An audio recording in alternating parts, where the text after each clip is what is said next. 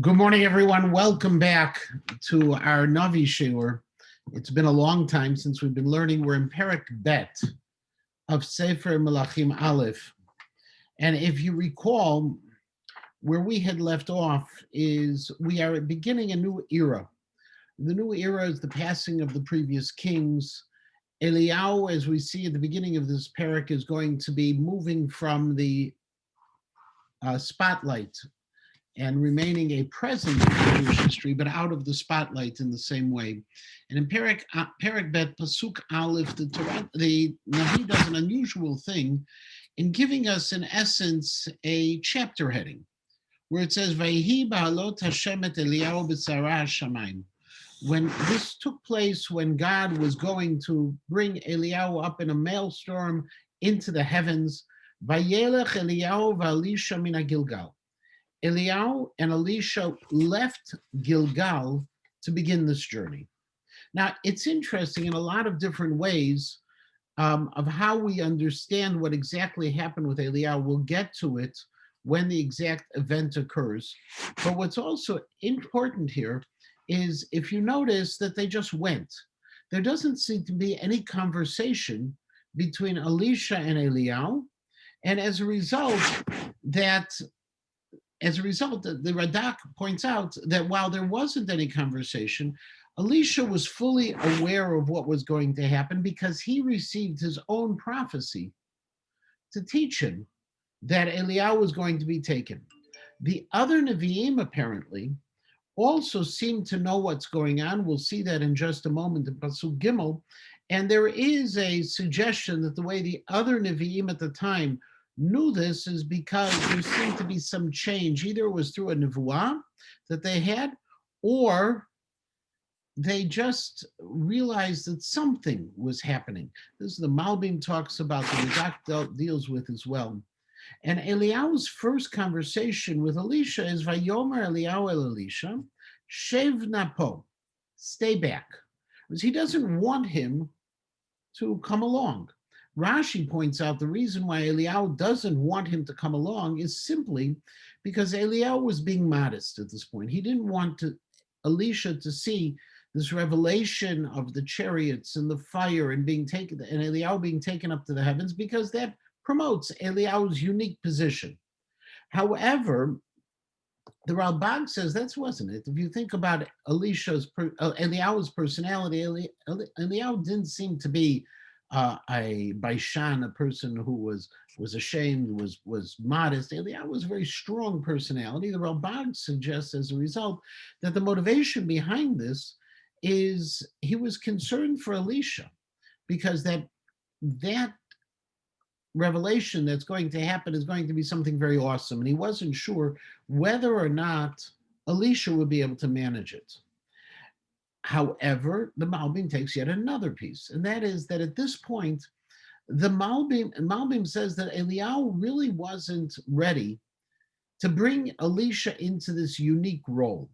He, in essence, wanted the next generation of leadership to have some level of equanimity in terms of experience and in terms of nevuah. And so by bringing Elisha along, it would make Elisha number one. However, the other Nevi'im wouldn't be. By leaving Elisha back, all of the Nevi'im are an equal playing field. Finally, the Dat Mikra on this says something that I think also would remind us of the story with Ruth. Hold on, before you ask a question, would remind us of the story with Ruth, where Eliyahu tells Elisha, stay here. It's in essence a test for him. He's testing him to see his level of allegiance, his willingness to be part of this story. If you think about the story of Ruth, when Naomi tells her not to come along, each step along the way, it was in essence a test to see where she was at. Ruth, of course, passed it with flying colors, as will Elisha. Yeah, Shashi. I don't understand the Malbim at all. Can you explain that more? Yeah, we'll see in the next pasuk that there were more Nevi'im than just Elisha. Mm-hmm. And Eliyahu, in essence, wants to provide his power to bequeath what he was going to bequeath on an equal level to all of the Nevi'im. If Elisha is the only one who's coming along and the only one who's going to witness this, it raises Elisha above all of the others. Wasn't Elisha above the others? At this point, we're not aware that he is. If you think about it, we were introduced to Elisha 4 or 5 prakim ago, and we have not heard about Elisha through this entire time. Eliyahu chose Elisha, if you remember back in Perek Yud Tet in 2Melachim Aleph, he chose him. Elisha bade farewell to his parents in this emotional moment where he wanted to kiss his parents goodbye before he would follow. He followed Eliyahu, and we don't hear about him anymore. So there's something that's been going on. The fact that he's mentioned in Pasuk Aleph. So we see that there was this relationship between, and we'll see that even more later on, that he was Eliyahu's disciple, but he may not have been the only disciple of Eliyahu. Give me one more pasuk to get to that, because it says, "Vayomer Eliyahu el Elisha, shev na po ki Hashem shalachani ad Beit El." Eliyahu says to Elisha, "Stay here. God has sent me to go to Beit El." Vayomer Elisha, Chai Hashem b'chei nafshecha. Takes an oath. Elisha takes an oath. Im azvek, I'm not going to leave you. Vayirdu Beit El, and they both went from Gilgal, which was in the northern, down to Beit El. Vayetzu b'nei hanaviim asher Beit El el Elisha, and the b'nei Nevi'im come out from Beit El to Elisha. Vayomru elav hayadata ki hayom Hashem lokeach et adonecha me'al roshecha. Are you aware that today God is going to take your master away from you? Now, interestingly, these prophets, according to Rashi, were prophets of great renown and great ability. The only reason the Malbim points out that we really don't know who they are is that their prophecies were not prophecies for eternity. We're not lidorot. And therefore, they're not included in the canon of the Tanakh. But they were people of great level, to the extent that Rashi says these Nevi'im, these B'nai Nevi'im, were equals of Eliyahu, shkulim ke Eliyahu. Interestingly, at the very same time, if you think about it, they even use an interesting word, Adonecha me'al roshecha. Notice they don't say Adonenu, but Adonecha, your master. It could be just simply because the relationship between Eliyahu and Elisha were master and disciple. But it could also possibly be that they didn't view Eliyahu as being a superior, but as Rashi says, an equal. Vayomer gam ani yadati hecheshu. And Elisha responds to this information, yes, I know, be quiet. Rashi says actually it's a strong be quiet within this statement itself.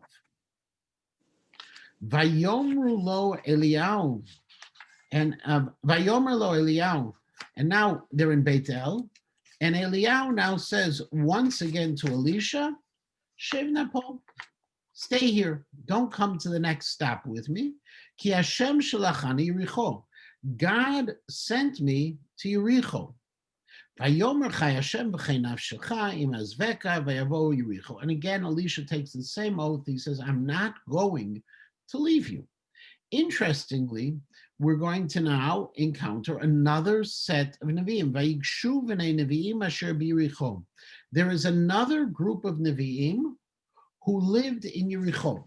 So we had the group who were in Beit El. We now have the group in Yericho, and we see each one of these significant places along the way had their own prophets. And the reason the Radak says is that prophets were pretty common in those days, and they were there to rebuke the people when necessary and to teach the people when opportunities arose. They were around. It is also possible that Eliyahu is specifically going to places where he knows there are these major points of revelation, because he knows God is going to take him.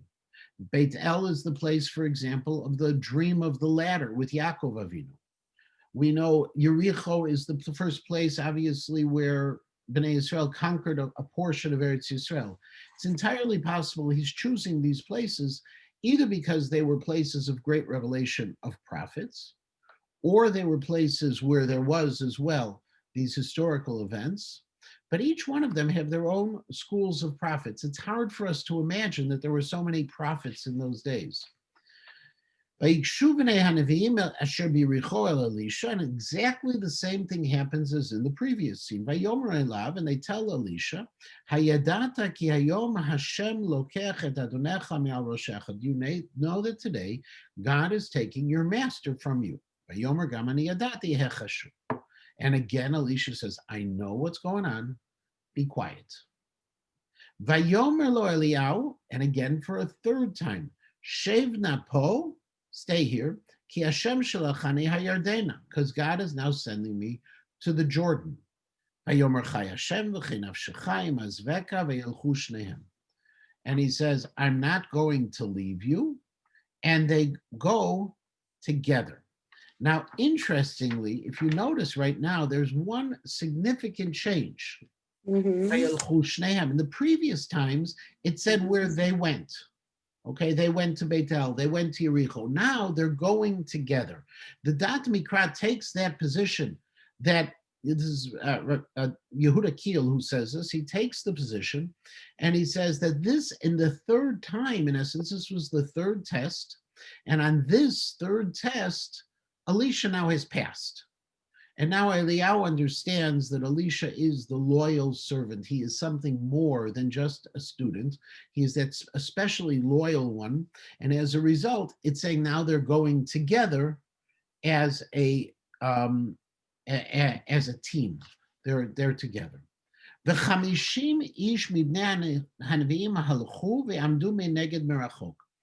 And 50 of the prophets came along and they stood off at a distance. Now again, 50 prophets are just a subset of all of the prophets who were in Yericho at this time. Ushneim amdu al hayarden, and the two, however, Elisha and Eliyahu, were standing right at the Jordan itself. Vayikach Eliyahu et adarto vayiglom, and Eliyahu took his cloak. This was a mantle of kavod. This was it was a regal kind of garment he was wearing.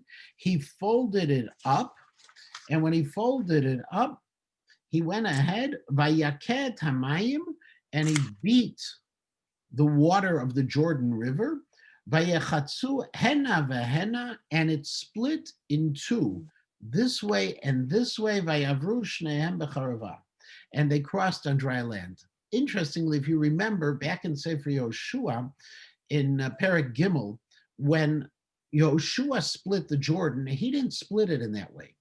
It split on one side and dried up on the south side. Here it's split, describing very much like Kriyat Yamsuf itself.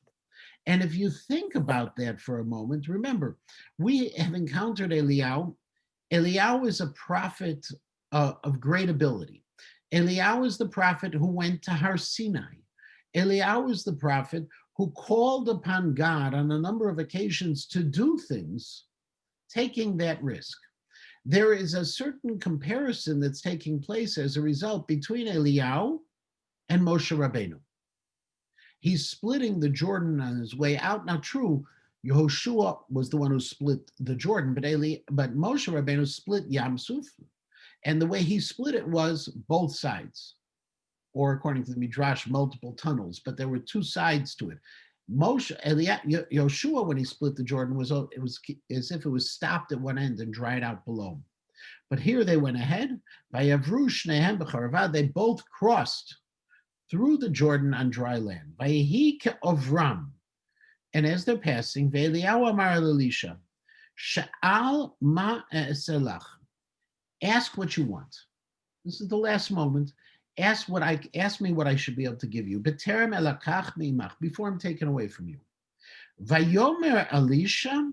So Elisha makes this unusual request. Vayihi na pishnayim beruchacha elai. Elisha says, I want double your prophecy. Now, double the prophecy seems very strange. If you want to be able to bequeath something to somebody else, you can only bequeath what you have. So how is it possible to get double of what you have? The Abarbanel says very simply, What he wanted was Elisha had his own prophetic powers, and he wanted Eliyahu's prophetic powers to be added to it, which means he would have a sum of greater than what Eliyahu actually had. He would have a double portion of prophecy. But the Radak says that's not it. The Radak says this idea of Pishnaim, an inheritance of Pishnaim, is an inheritance which was given to a Bechor. The eldest son in a family receives a double portion.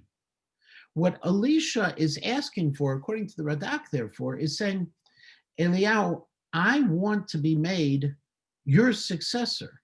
I want to be as if the Bechor, the firstborn of all of the prophets. I don't want to be one of many. I want to be the next leader. Vayomer, higshita lishol.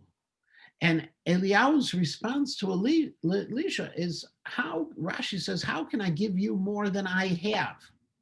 The Radak says, it should have been enough with just one portion. The Ibn Kaspi says, what you have asked is something that's impossible. So how is it even something to ask for?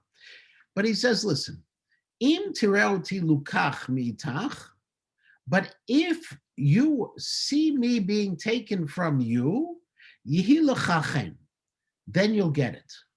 Vim ayin lo yeh. But if you don't see it, then it won't happen. What's the idea here? Eliyahu is saying to Elisha, look, you want to be, whichever approach we're going to take, you want to be the leader. You want to have a double portion, whatever you want. You want something extraordinary. I can't tell you if it's going to happen. But what I can do is if you see what happens to me, if you have that revelation, then it indicates that, hey, you'll get it. You will have more than would have been expected before. That will be the proof in the pudding. Im tireuti. Then,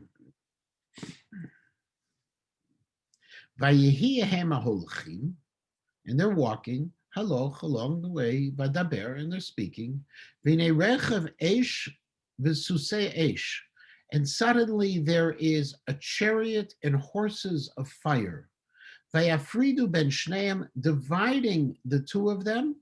Vayal Eliyahu b'sa'ara shamayim, and Eliyahu was taken up in this whirlwind maelstrom into the heavens. Now, this is a fascinating pasuk in so many different ways. First, just to understand the pshat. When this occurs, it catches them in a sense off guard. Because if you think about it, what's really happening here? They're walking, and they're talking, and all of a sudden, out of nowhere, comes this vision and snatches Eliyahu away from Elisha. There's no conversation. Oh, look, here's a horse coming. Here's a fiery image, whatever it is. It doesn't occur. Obviously, is this something we take literally or not? Is this purely a prophetic image that Elisha is given or not is the subject to debate? And yet, at the very same time, it happens very suddenly. Now, Eliyahu is taken to the heavens. What does that mean?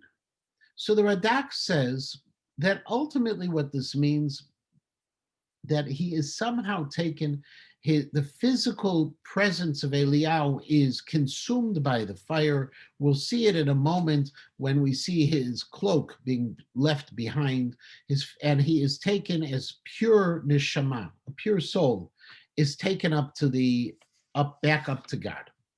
The Abarbanel disagrees, because the Abarbanel says when someone's body is consumed by fire, when it disappears, that's called death.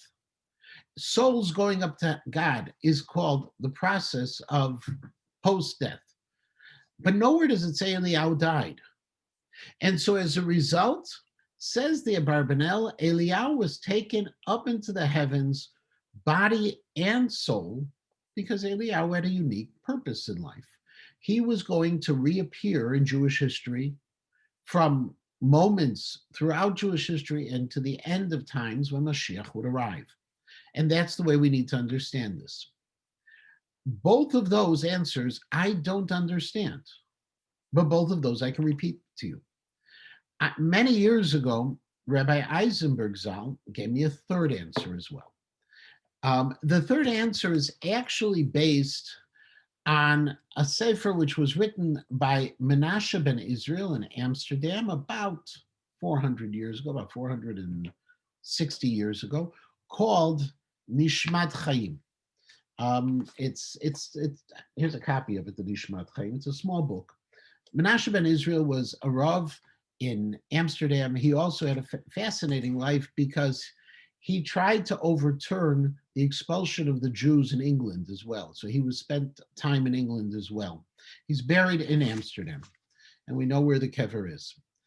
In this book, Nishmat Chaim, where he deals with topics like Gan Eden, like Gilgul Neshamot, like Tchiyat HaMetim, he explains that actually a human being has two bodies. And this is all within Kabbalah. So as much I don't fully understand the first two answers, I don't understand the third either. But every human being was created with what he refers to the goof miyesod hadak, the goof from the fine foundation. The Yesod Hadak is what the Greeks referred to as helios, where our word helium comes from. They believed, and the Chachmei Kabbalah talk about this, that there are building blocks for the world. This Yesod Hadak also is the way he explains that in the creation of mankind, it's very different. Why was it that God had to create out of the earth this golem, in essence, and then infuse it with the Ruach Elokim?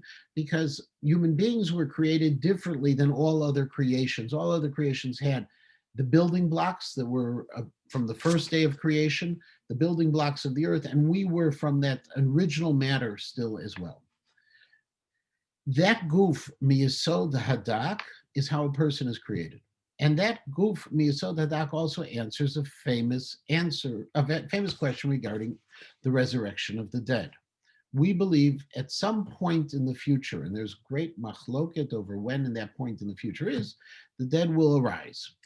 The question always is, what will they look like?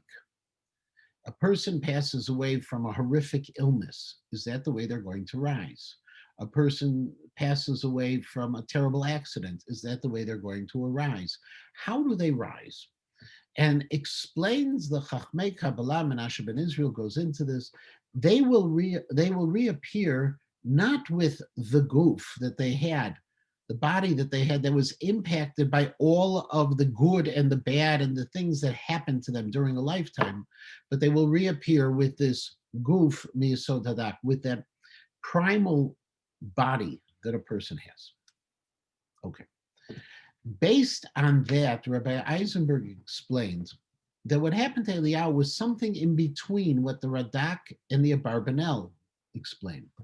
If you remember, the Radak says that Eliyahu went pure soul into the heavens. The Abarbanel said Eliyahu went body and soul into the heavens. The Rabbi Eisenberg suggested it was the middle.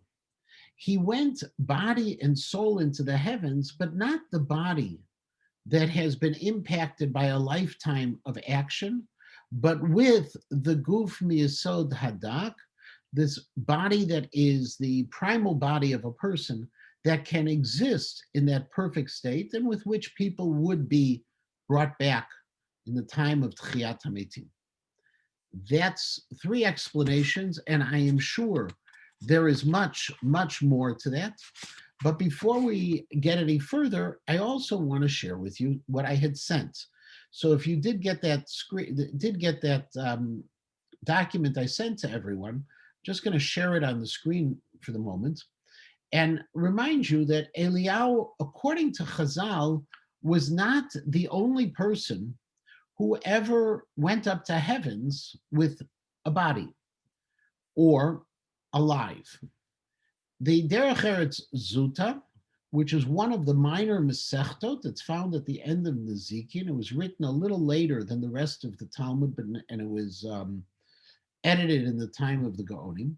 But also before that, We find pieces of this in other midrashim as well. Masechet Kala has this as well. It writes, Tish'a nichnesu b'chayen b'gan Eden. There were 9 people who actually entered Gan Eden alive. Ve'eluhen. And these are the ones. Chanoch ben Yered. Now, we learned about Chanoch in yesterday's Kriya, and it says, Vayithalech Chanoch et Elokim ve'enenu ki lakach oto Elokim. That God took Chanoch. How do we understand this?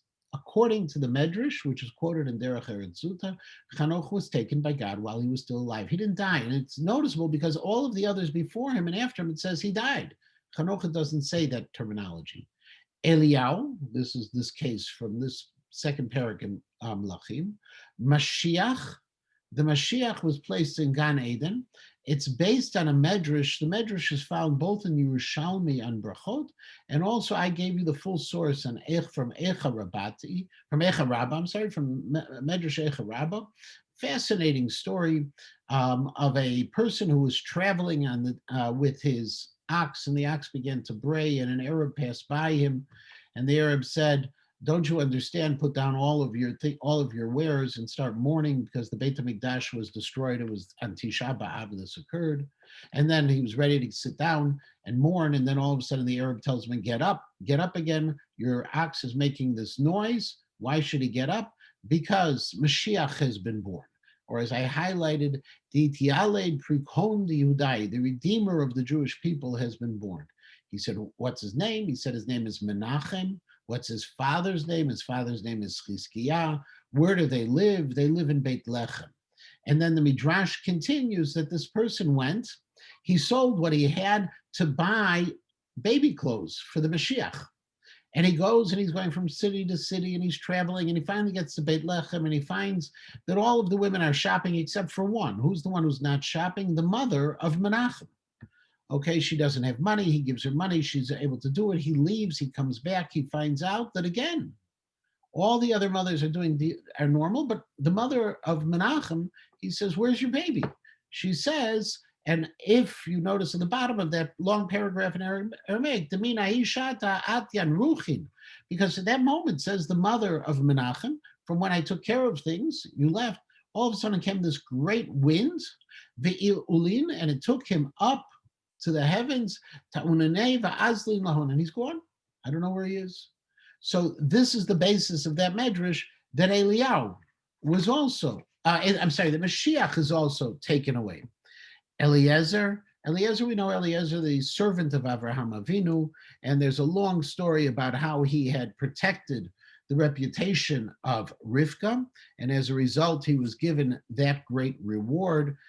Hiram Melech Tzor, if you remember, Hiram, who helped Shlomo build the Beit HaMikdash, was also given that great reward. There are those who disagree and say it wasn't really Hiram. It was Hiram Mitzor, it was somebody else by the name of Hiram, because the king, Hiram, was not a good person. Eved Melech Kushi, and we'll find out Eved Melech Kushi, and he was a person who saved Yirmiyahu Hanavi, and he was given a reward.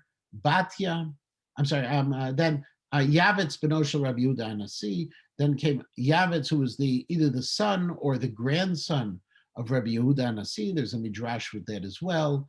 Then you have Batya Bat Paro. We know Batya, she saved Moshe Rabbeinu.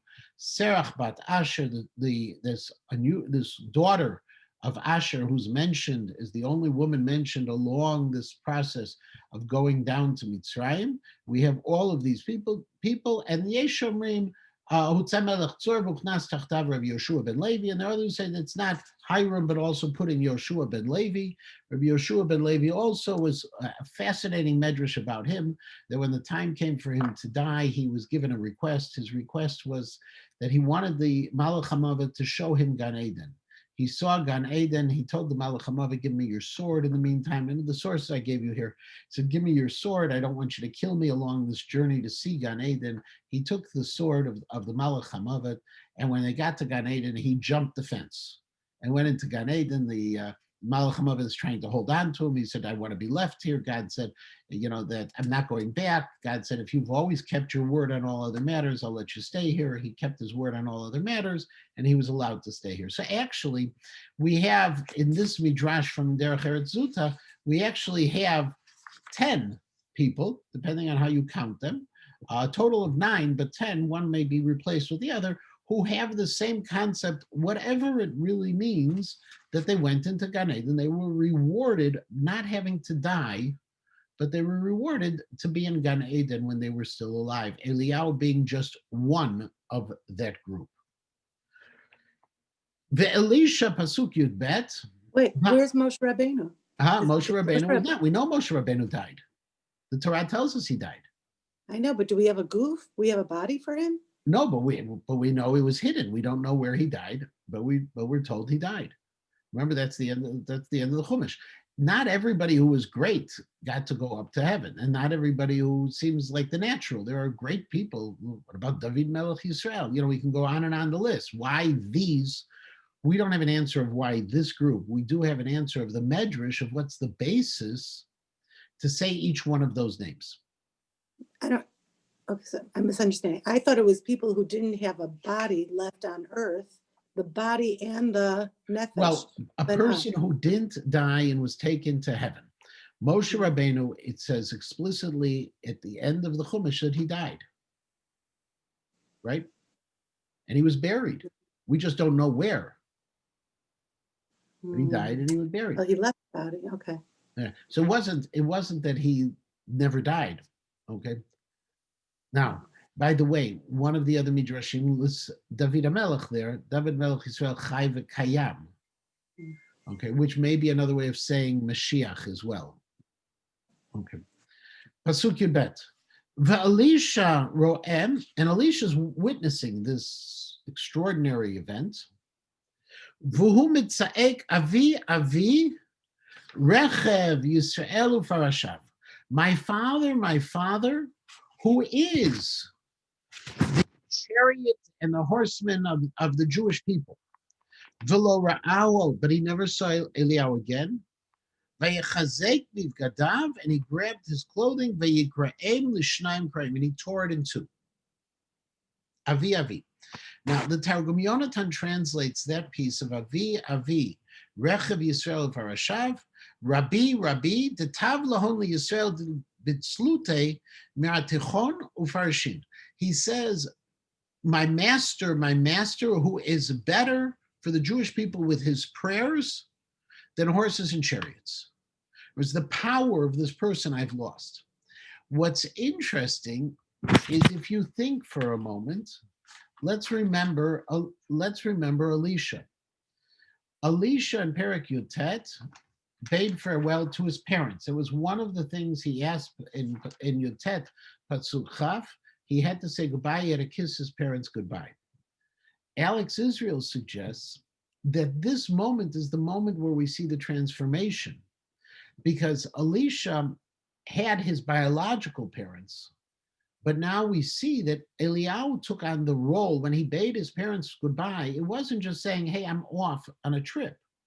But in a sense, he bade them goodbye as the people who were going to lead his life. Eliyahu took on that new role. Eliyahu became his parent, which is something that we find in Chazal, by the way, that a teacher of Torah is also considered a parent as well.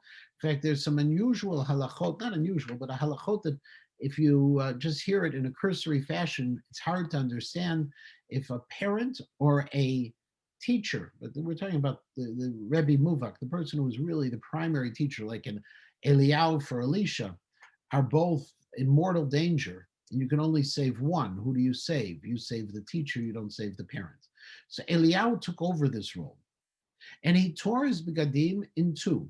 The Abarbanel says when he tore his begadim, his clothing, into two, what he actually did is he removed his clothing, and then Vayarim et aderet Eliyahu asher nafla me'alav, and he picked up this cloak of Eliyahu instead. Vayasho vayamod al sfat Yarden. He put it on himself. Not just he was carrying it, but he took it and he was standing on the edge of the Jordan, trying to return back into Eretz Yisrael proper.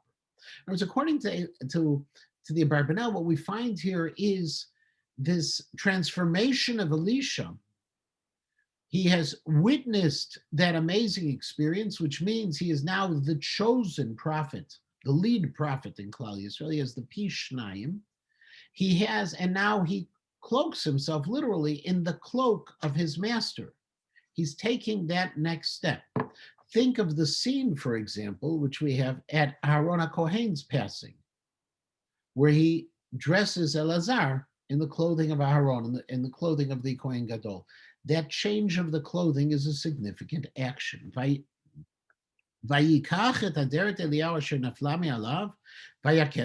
now he does the same thing they did on the way over. He hits the water with the cloak.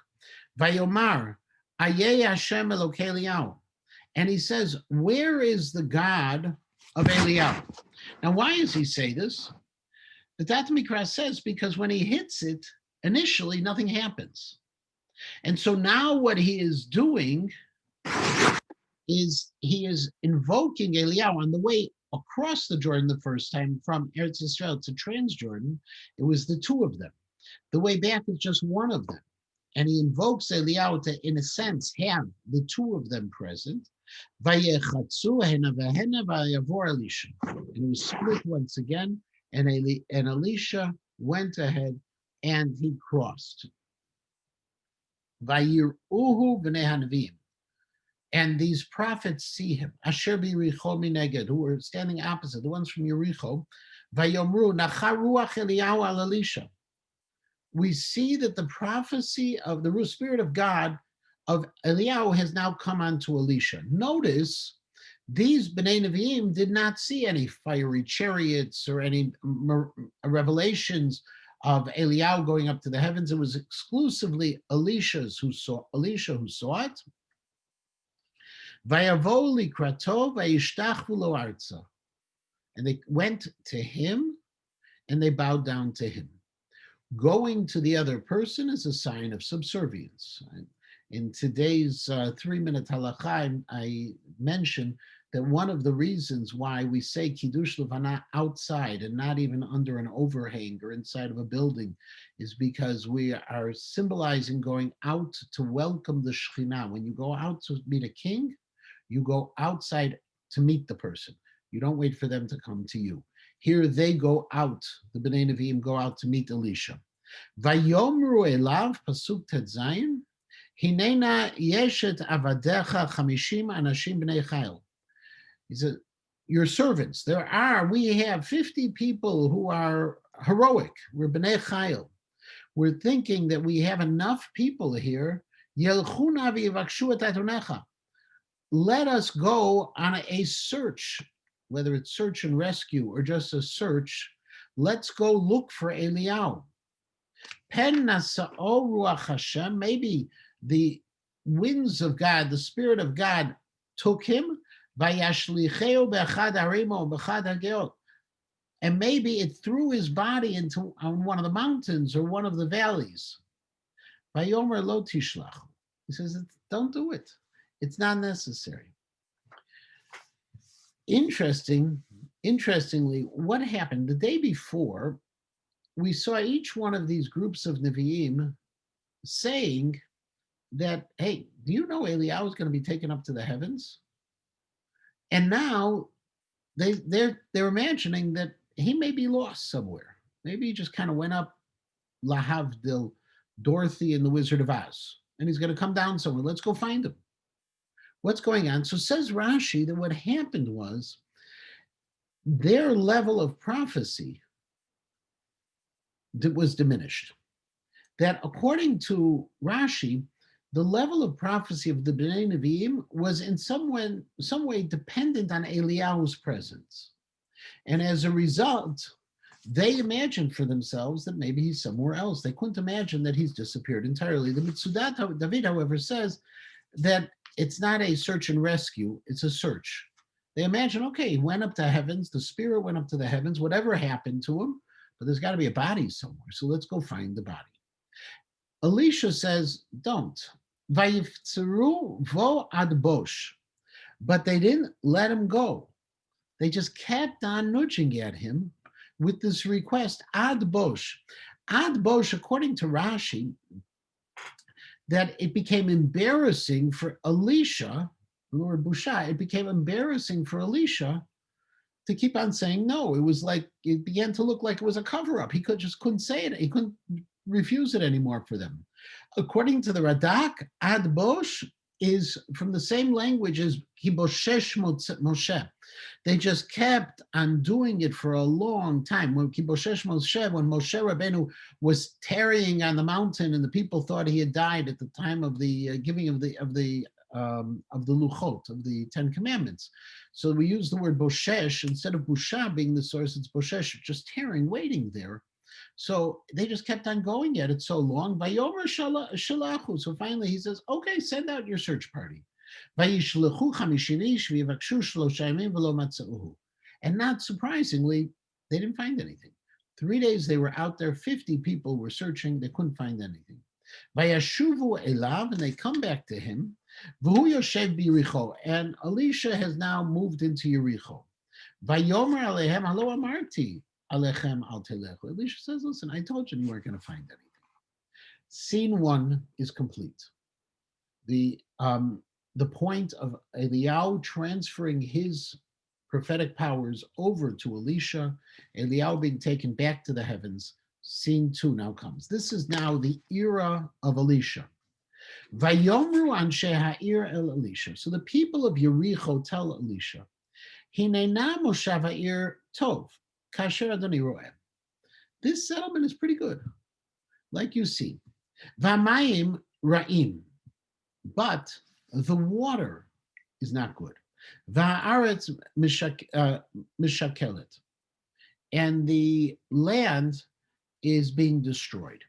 Now, Radak points out, if you remember, that we have the story of Chiel who rebuilt Yericho. It's found in Perek Tet Zayin and Melachim Aleph at the end of that Perek. And from that point, Chiel, whose children died while he was building Yericho because he ignored the curse that was on the city of Yericho, that from that point, the waters went bad. They were as if they were poisonous. Vayomer kechuli tzlochit chadasha. So Elisha says, look, take a new bowl for me, the simu sham melach, and put in that bowl salt.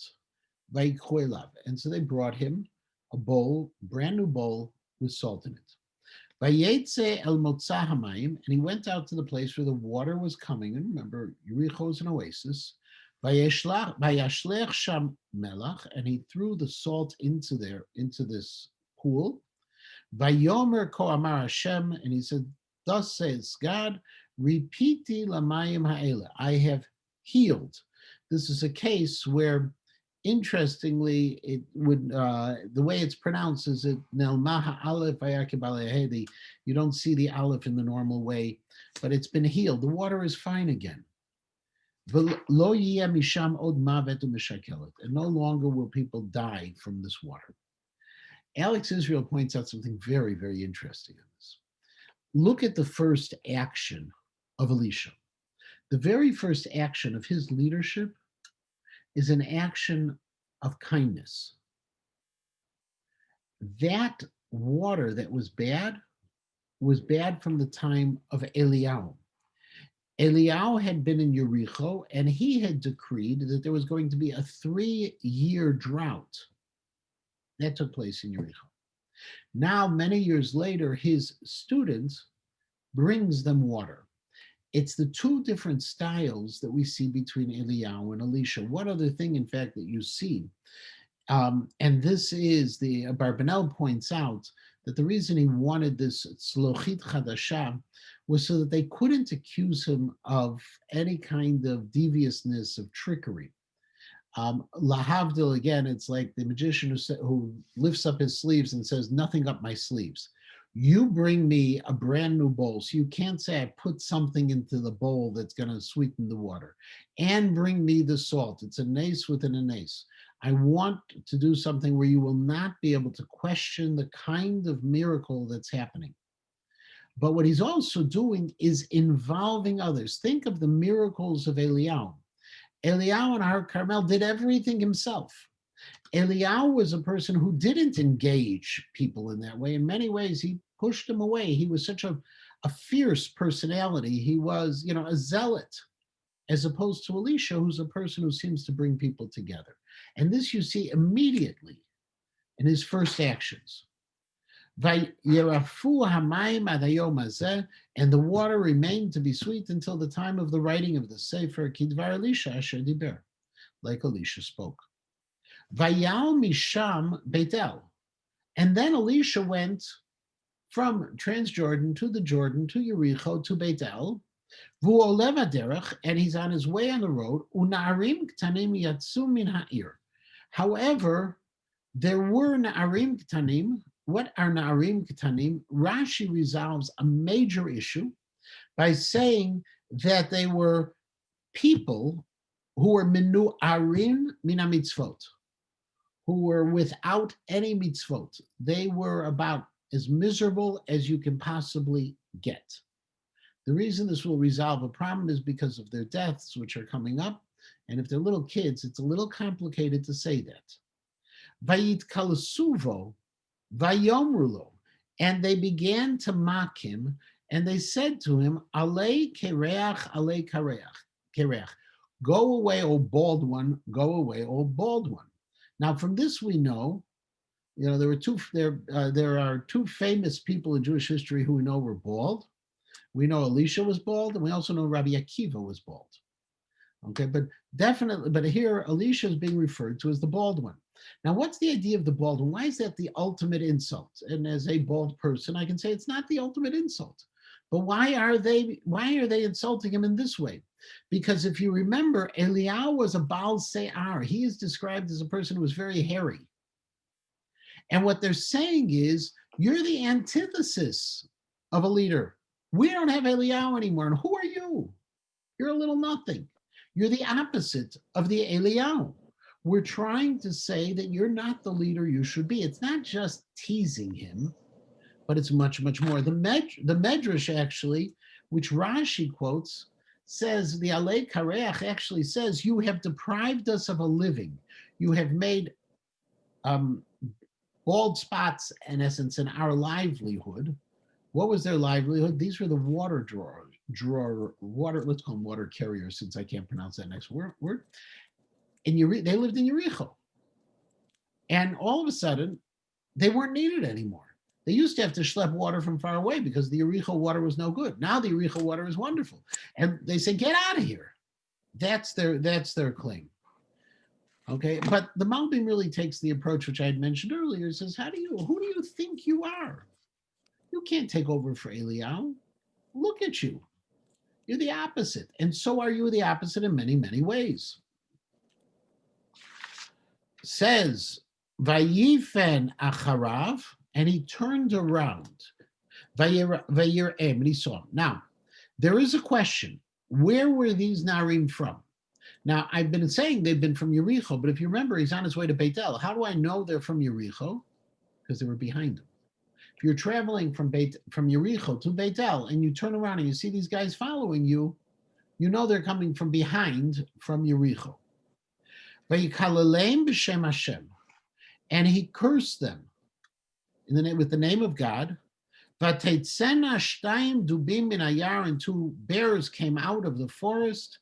Vativkana mehem, and they mauled them. Arba'im u'shnei yeladim, 42 children were killed. Now, Rashi, picking up on his piece all along, that these were people who were min urim mitzvot, who didn't have any zchuyot, didn't have any mitzvot. Rashi says when it looks when Vayifen acharav vayir'em, and he looked, he takes it in the same way he did, if you remember back in Sefer Shmot, when we talk about Moshe and the Mitzri. Vayifen ko v'cho vayar ki'en ish, he looked this way and that way, and he saw when the Egyptian was beating mercilessly the Jew, and he looked this way and that way, and he saw there was no person. What the Medrash says, he saw there was no person who was going to come from this Egyptian. There was no one of meaning. Here Rashi says saw and he saw there was not going to be any good that was destined to come from these Na'arim Tanim, from these children. Or the Ralbag says he saw in prophecy that he should curse them. However, it still is difficult if you want to take it on the lowest of pshat levels, saying, hey, they're called Yeladim, they're called children, they're called Na'arim, and 42 died. And by the way, to make it even a little stronger, by the way, it says, Tivakana mehem, of them 42 died. There must have been many, many more. Because if 42 of them died, it doesn't say 42 were them, but of them, there must have been many more behind him. This was a very strong action that was taken. It was an action the Chazal view as being justified, either being driven by divine direction or being something that was necessary, and he made that decision itself. But he did it. Vayelech misham el har hakarmel, umisham shav shomron. And from there, Elisha went to Har Carmel, and then he went to Shomron. Now, in this Perek, there is a chiastic structure. Remember, a chiastic structure means that there's a parallelism, but backwards. If you remember, Eliyahu's travels, Gilgal, Beit El, Yericho, Yarden, Ever Yarden. Okay, he went from Gilgal, where they started out, then they went to Beit El, then they went to Yericho, then they went to Yarden, and then they crossed the Jordan. Elisha goes from crossing the Jordan to the Yarden, to Yericho, to Beit El, the same path back, and then goes goes to Har Carmel and ultimately to Shomron. What's really happening here, from a literary structure, he's not only retracing the steps, but he's recreating it. He's taking over for Eliyahu.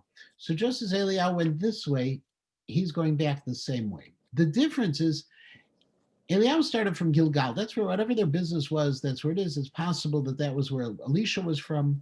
But he goes to Har Carmel. Now, why would Elisha go to Har Carmel? Because that's the scene of the greatest victory that we know of Eliyahu. That story of Eliyahu with the prophets of the Baal, where the fire came down from the heavens and the 400 prophets of Baal were killed in that war. This is the time of Izebel, of the wicked queen. All of that, he goes to the site of the greatest victory to conclude this journey.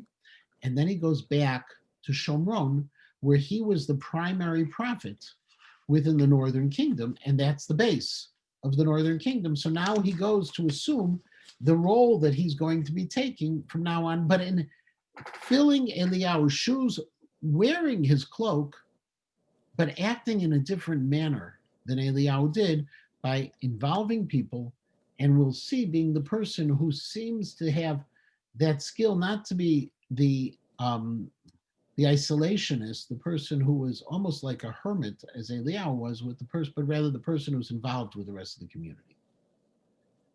Leah, you have your hand raised, I see. Yes, about the bald, Yeah. Korach was also bald. Mm-hmm. And also the sharpness and severity of the punishment, even though Elisha was a softer personality, it has some of the sharpness of Eliyahu. It does have some of the well. sharpness, but you know what? I agree with you on that. It has some of that sharpness. At the same time, I also believe that in any leader, there will be moments of strong, decisive action.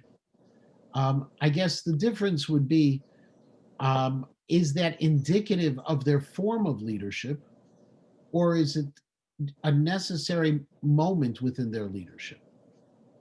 And so that, I think, would be the difference between Elisha and Eliyahu. If you think of Eliyahu is the zealot. Pinchas, Eliyahu, we talk about Pinchas and Eliyahu being the same personality. Eliyahu cursed out the Jewish people even. That's why Eliyahu, we say, has to appear at every brit, because he said, we left him. Eliyahu, we make him come, Eliyahu's a pretty busy guy. He's showing up all over, but I think that's where you see a difference. What is the modus operandi versus the necessary steps at times? I think it's certainly necessary to establish the respect for the position. We see with David HaMelech also. Right, 100%, 100%. Thank you. Next week, same time, same place, everyone. It's a pleasure to be back on track, and we wish everyone a Shavua Tov.